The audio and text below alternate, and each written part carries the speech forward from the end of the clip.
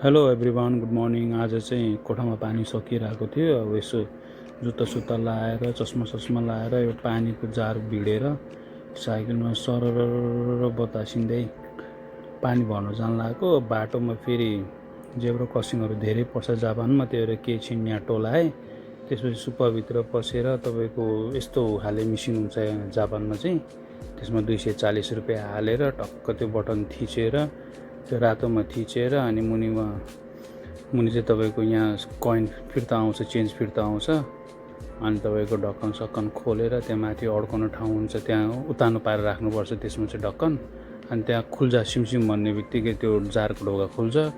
सिधा टक्क हालेपछि त्यहाँबाट जार एकैछिन आफैले मिसिनले नै पखालिन्छ, जार पखालिन्छ।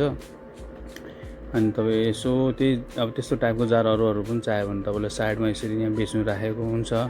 पानी भरिसकेपछि ढोका आफै खुल्छ अनि पानी बग्ने सरर फर्किने।